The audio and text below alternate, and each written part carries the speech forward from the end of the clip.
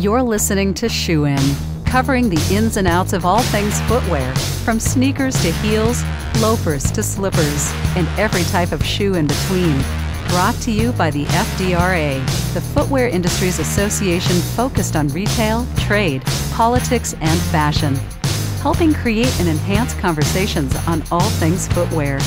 And now your footwear insiders, Matt Priest and Andy Polk. Hey everybody, welcome back to the Shoe In Show, the Footwear Industries podcast. We're blazing through 2021 already. I can't believe that we're already springtime. Good riddance to the wintertime, the bleak winter. Now we're looking at spring and growth and rebirth, and I'm really excited, Matt, about a lot of the conversations we're having with the executives. Everybody's super bullish about 2021. Yeah, there's some challenges. We've had some port congestion. We have some inventory issues. But overall, people are smiling again. I'm smiling. You can't see me, but I'm smiling again.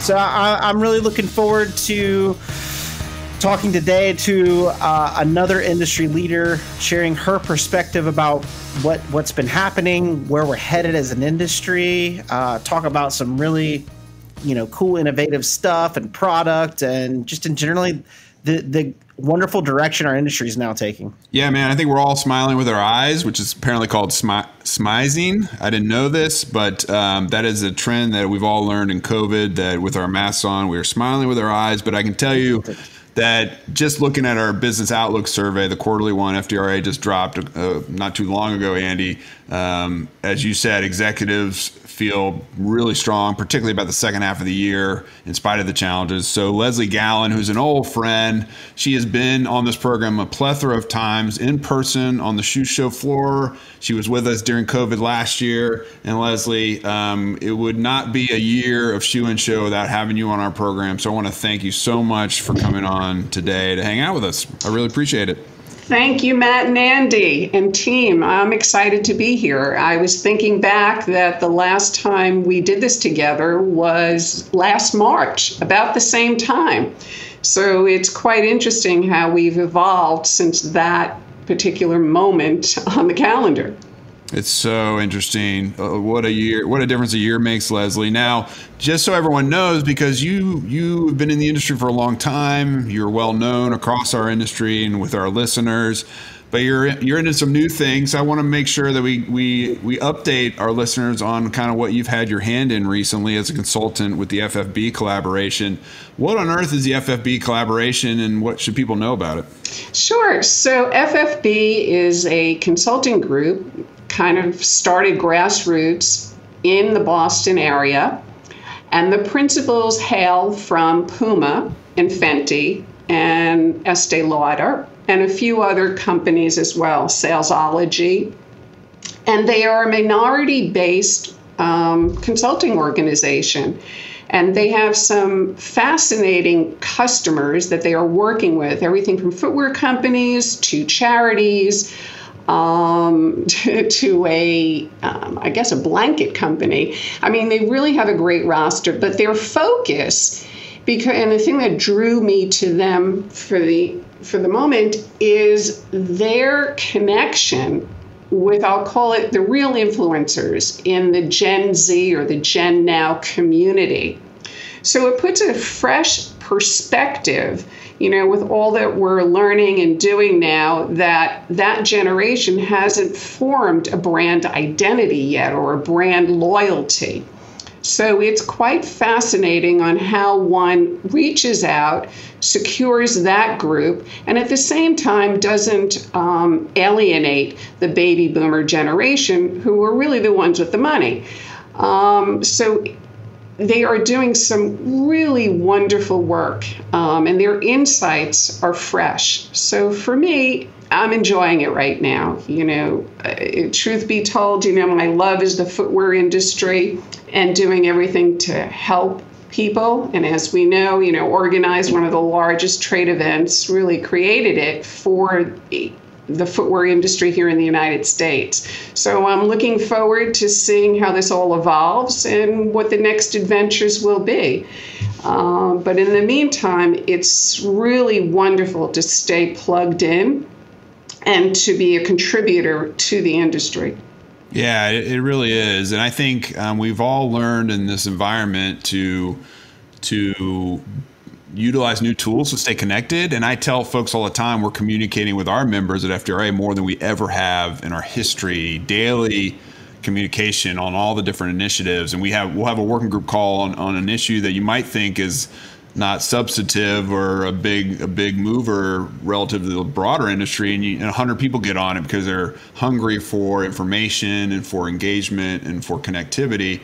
But I want to kind of key in on this Gen Z approach that you talked about with the consulting that you're doing, because in an environment where everything's been deconstructed because of COVID and we've been forced into digital engagement, distance engagement, if you will, it's what better time to have new voices come in and say, hey, you know what? These are things we've been dealing with since our childhood, and this is a better way to approach maybe, product development or design or retailing or sales. Have you found, is there not a better time than now to kind of have these fresh, young perspective come in and start to teach a bunch of old shoe dogs new tricks? Completely. And I think it is because they're open to the fact of learning. At some point they begin to recognize that they don't know everything, but they know what's important to them. They, when you're promoting a brand right now, you need to look at the shared values. That's what the groups are looking for. Are the materials ethically sourced? Where is it made? How are the employees treated? So it's almost as if you're creating two messages, because the boomers, as we come out of this, as they're vaccinated, they've learned they're going to live their life to the fullest. So that means those dollars will probably go into travel, entertainment, dining out, as opposed to the Gen Z generation who have seen their parents or what have you, or even living through this time of economic concern. So they're very debt averse, two different mindsets. And right now it's about creating your brand loyalty to your target audience. And right now it's really those two groups that hold the bucket for the future. Leslie, it sounds like people really need to be focusing in on honing for this particular group of consumers, honing in on a brand story and message over product. Obviously, product is king, and that's what creatively catches eyes. But if we look at a lot of websites, and I've said this for a while now, I think our websites are going to fundamentally change going forward. There's a lot of new technologies coming up, new ways to make them engaging, dynamic.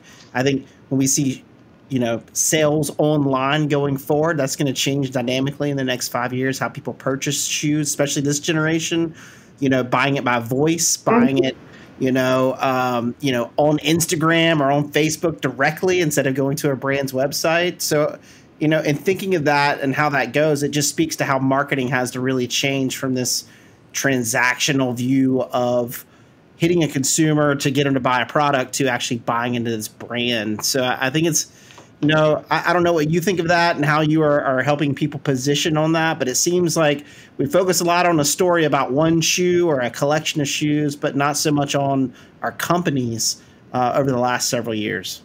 Exactly, Andy. And truthfully, right now, let's use the 360 and a much overused term of omni-channel. I'm sure you've all been reading there's about to be some major changes in privacy between Google, Apple, and third-party conversations. I think it's just their way of, getting the feds off their back a little bit. But if you look at the reasonings for it, I think everyone who has a website and a product to sell really needs to think about themselves in the eye of the customer. And what I mean by that is I recently had some foot surgery and I needed to go on and find, according to my therapist, a shoe with stability, a sneaker. And talking about your product's attributes, especially if you have a technology in your footwear and being able to show that on the website will be key in helping to reduce, like the more information you can give, the better, to reduce those returns. Because as we all know, it's great to take that sale, but boy, when that stuff starts coming back, that can really screw up, your profit wheel. So all of those things need to be, considered now. And I think there are tweaks that can be easily made in order to update a site. I think it is going to be all about the customer experience, meaning once they place an order online, are you able to quickly say, okay, here's a receipt, the money hasn't left your account. The other things that become important now are the multiple ways to pay, because the generation that most people are targeting and who are shopping regularly now, like the layaway system, like the 3 payments, that, I think a company like Klarna offers. There's just new avenues to get your product out there. Like you were saying, all of those social media channels, as well as looking at, we'll call it the magazines, okay, because that industry who survived mainly on print advertising has now turned themselves upside down because of the data that they hold about their consumer from their book. So if we look at Cosmopolitan, for instance, they're talking to their audience like daily. So when they just launched, Holiday with Macy's and Klarna to sell products through live streaming, I mean, that just kind of boggles your mind. And you think about right now, it's all data driven. And the one thing that I can say from my personal experience is that there's still a tremendous need for historical knowledge, because not everything is based on just the data. Some of these are your, professional and historic learned knowledge applications. But it's a fascinating time. I think that, the port delays a product. Yeah, that's going to be a little, difficult, of course. And then I've read, where companies now are placing orders for further out. Now, I'm sure that's probably on basic items, but then I concern myself, what does that do with the fashion conversation, the newness? Because, trends change quickly. I mean, look how fast everything changed for us in this particular situation. So I think there's more questions than answers, but I think we're able to sit down with pencil and paper and make some, strategic, intelligent decisions now about how to sell your product. Yeah, there are way more questions than answers, Leslie, but that's what keeps us busy in our jobs. Let me kind of pivot to the back end with all your experience in the trade show space. So it's one thing to talk about consumer changes and Gen Z and Klarna and all these different kind of technological migrations on how consumers are behaving. It's something at FDRA we're keenly focused on.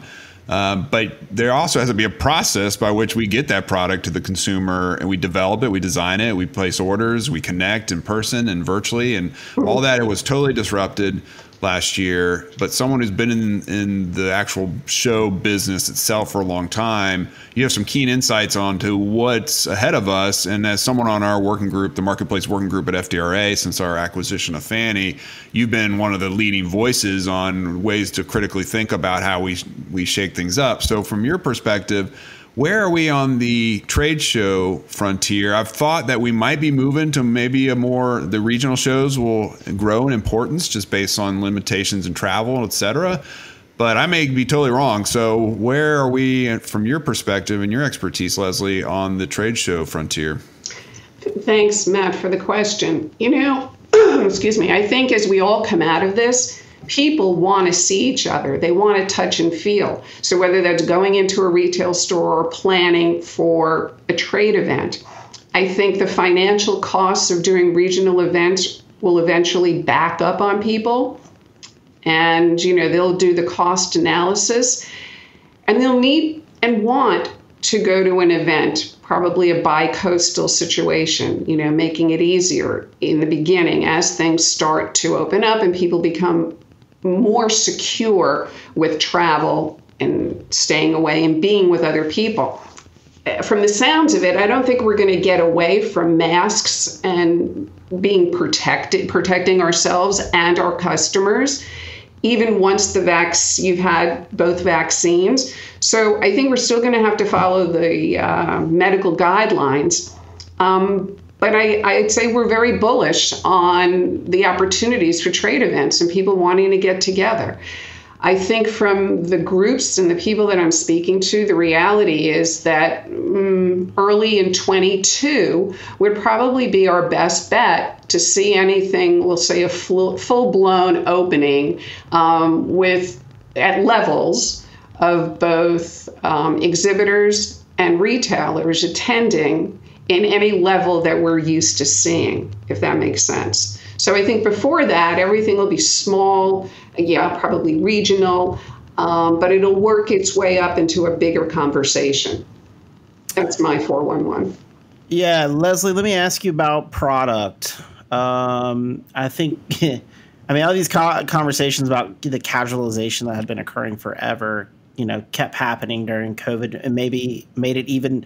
Maybe we should talk about like cozy instead of just casual at this point that we've all been at home. But I think, as we reemerge and start to see people travel again and start to get out, are the sneaker trends going to hold, you think? Or are we going to see fashion like heels, wedges, kind of women's fashion reemerge as people start going out and having events again?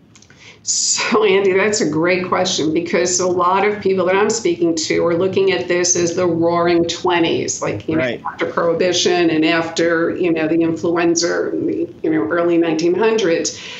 So there's a portion of the world that says, yes, people are going to dress. I look at that and say, yeah. But if we don't do a good job of educating the younger consumer to the value of quality products, to dressing up, because everyone has gotten very comfortable, okay? And I don't think that's going to change. Just from a personal perspective, I think one tends to look a little bit more youthful wearing an athleisure shoe, sneaker, with a suit, especially for women.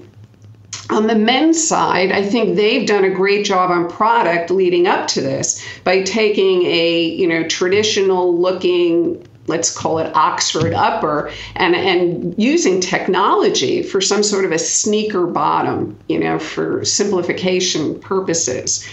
I think that we're going to see both. I don't think your athleisure trend is going to slow down by any means. And I do think it's an opportunity for dress to reemerge. But again, probably won't see that until 22. I think it is interesting, following, and I'll give a little plug here for Dick's Sporting Goods. I see that they're going to sit and fit in their stores and looking to elevate either the quality, the price point, the brands, because I think they're also looking at launching some private label product and that it's exclusive. So I tend to think we're going to see more craftsmen. There's a lot of factories that do amazing product, and realize that they don't need to have those big numbers to survive. So I think it's an interesting time. I think we're going to see some really wonderful styling now coming out, because some of these companies will have had the time to create. So that's exciting.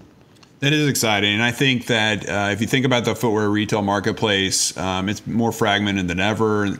And that's creating new channels and new opportunities and new consumers. So micro-targeting drops and different trends is something that 30 years ago just was unimaginable. So, in my mind, the trend lines both on meeting consumer demand and product itself aren't homogenous in any sense. So Dick's Sporting Goods doing sit and fit is awesome. That might not work for everyone. It might not work for Shoe Carnival, but I think every brand will try to think new and innovative ways, or maybe back to the future kind of initiatives that help drive excitement in product and re-engagement back in brick and mortar.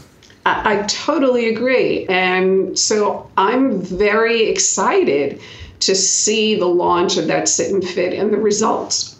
Because all too often now, as you know, in selling shoes, a lot of footwear people were looking at apparel stores in order to sell their product, moving away from the traditional sit and fit.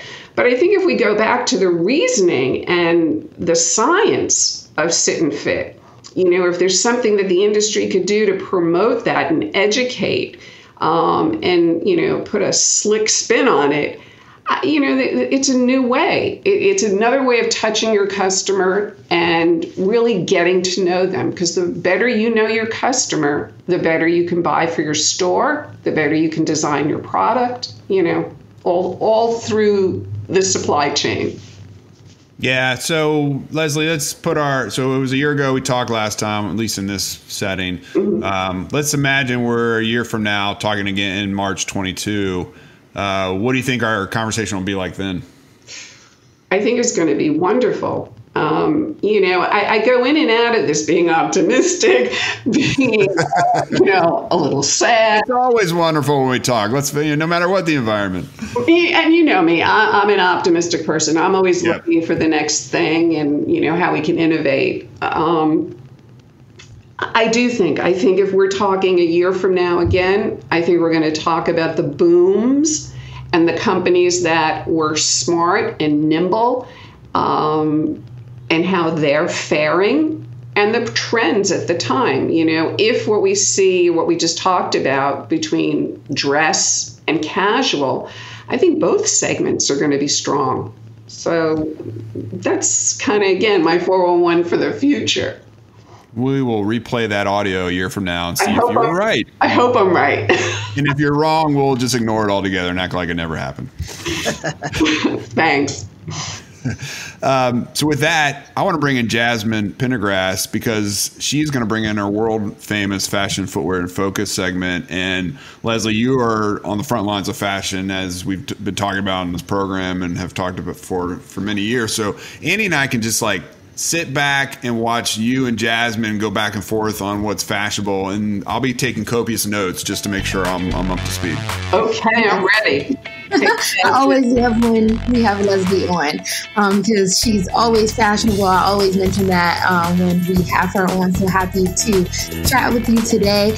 I know you're not in heels anytime recently, but I have been noticing the square-toed heels and sandals being so popular. Even when I went into Zara, I saw more square-toed flat sandals, and that trend was going around last year, and Bottega has been really popular with theirs, and just the interesting textures that they use with their sandals. Are you into that, or you like still a classic sandal? How do you feel about the square-toed? I think it looks fresh, and I think, let's look at it this way: a year of being in some sort of sneaker, and then to put on a more constructed shoe. I think women are realizing not only is it more, and I'll use the word comfortable, but it's better, it's healthier for your feet, not shoved in there. And I'm a victim of that. But, like everything else, it's the moment for the chunky heel and square toes for the time being. And it's fresh. It's probably things that people don't have in their closets. Yeah, and the chunkiness also gives you a little relief on your feet as well. So I love how we're making things, that are more comfortable and fitting for us, beautiful and fashionable. So I love that. Don't we all? I love it too. I have no comment. All I want to know is when pumps come back, I want to see Matt and Andy in a pair. I'm all about Reebok pumps. I will be rocking them hardcore. D Brown. Great twist, Matt. Slam dunk, 1991, Charlotte, North Carolina. Great event. I do think there's certainly... I think consumers will get to a point where they're seeing such similar product types from all the brands that somebody's going to be able to make a really quick pivot and be a leader that wasn't a leader before, and really be able to, if they have if they're their fashion shoes really comfortable and it's good value, I think they could really see a boom if they're first in line and they really hit it in the right way and market in the right way. So it's going to be interesting, because I think we've seen through COVID this realignment towards casual sneakers and casual shoes, and everybody's kind of doing it now. But I think, that means that the fashion world's going to be a little shaken up when it comes out of this, because there's a possibility that we're going to see new brands emerge that we haven't seen before. So I'm interested in that end. Yeah, like I said to you, I call it the new industrial age. I mean, it really is about the craftsman now. And no longer about, trying to be all things to everyone. I think companies that hone in on who their customer is, and, you can make that, assumption as wide as you want. But, if you're narrower, you could probably offer more design and more fashion. I think a company, just as an example, that did it really well this season in footwear was Prada. I mean, look, they can afford to do this, but if you look at their range of collection, they took every style of athletic shoe and feminized it, which was brilliant for the moment, because a company like that can do it. That's not necessarily for everyone. But what I look at is it opened up the opportunity for those athletic, more the pure comfort companies that are doing men's and women's on how to be a little bit more feminine in their product assortment. And I think that's going to be key for some of the bigger brands that do both men's and women's. That's interesting. I like that. I mean, I think that speaks both to the agility that companies need to have now to make pivots quicker.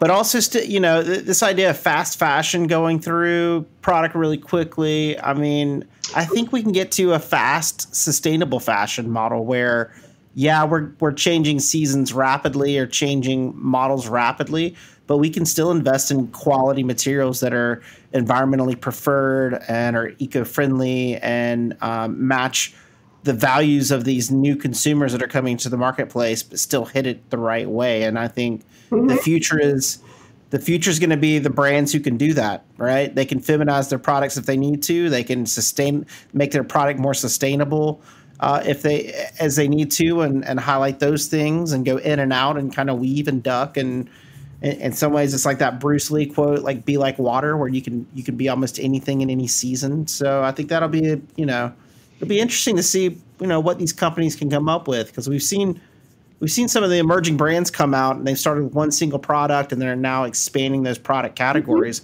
but they're still within those product types. They're still casual shoes. They haven't really broken out into something else. So let's see how innovative some of these companies can be. And that's what makes footwear so exciting, right? Completely. I mean, you talked about, different product types and things coming out of this.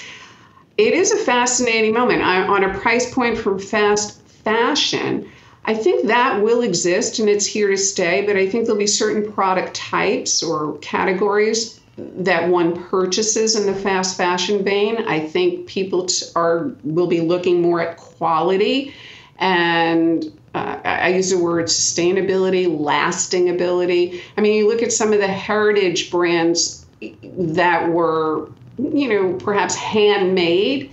I think you're going to see a lot more of that as the customer becomes more and more discerning due to the, advantages or, opportunities for product out there. I mean, the companies that you're referring to that start out with a mono product, it's interesting because it's great because they stay in their lane. They know what they do well. And, that's just been a phenomenal, I think, lesson for some of the other companies out there. But again, that's just my POV. All right. Like Matt said, we'll hold you to it. You're coming back March 2022. Get ready. Make all your notes ahead of time, Leslie. We're going to grill you. All right. I'm ready. Listen, you guys are the best. You're the Leslie, thanks for being on the show with us as always. And thanks for all your support of FDRA and what you do for the industry. We really appreciate it. Thank you, guys. Same to you.